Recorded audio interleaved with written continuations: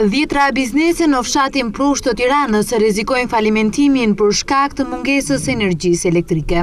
Për më shumë se 2 muaj, kjo zonë vuan me orë të gjata ndërprerjen e energjisë elektrike, ndërkohë që pasojat të bien direkt mbi biznesin. Madje edhe kur energjia vjen 2 ose 3 orë në ditë, tensioni ulët të bën që makineritë të mos vihen në punë.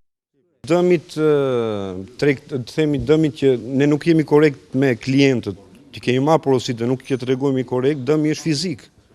Makineritë që ne harxojmë më shumë energji, në rastet ku energjia shkëputet, pothuajse nuk punojnë fare, sepse makineritë që futen në punë duhet të arrijnë një lloj temperature për gati 2 orë. Në këto 2 orë ikën energjia, dhe kostot rriten, që ne atë energji nuk e shfrytëzojmë sepse presim të ngrohim makineritë edhe çdo gjë pastaj fillon shkrirje plastikave, një dëm i pallogaritshëm, në dëm material, në dëm kosto e pagesës energjisë. Ju jeni punonjës në këtë kompani, në këtë biznes?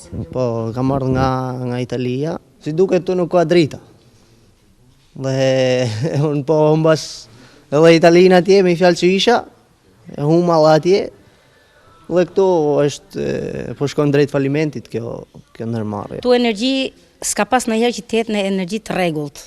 Këtu vetëm e shkëputje janë. Edhe më tepër kemi ngel pa punë se sa me punë. Që do thotë vini në mëngjes, po, punoni pak sa punë. Më thon drejt, kur vim mëngjes skanjëherë s'ka fare. Rrim, presim dritat ora sekond.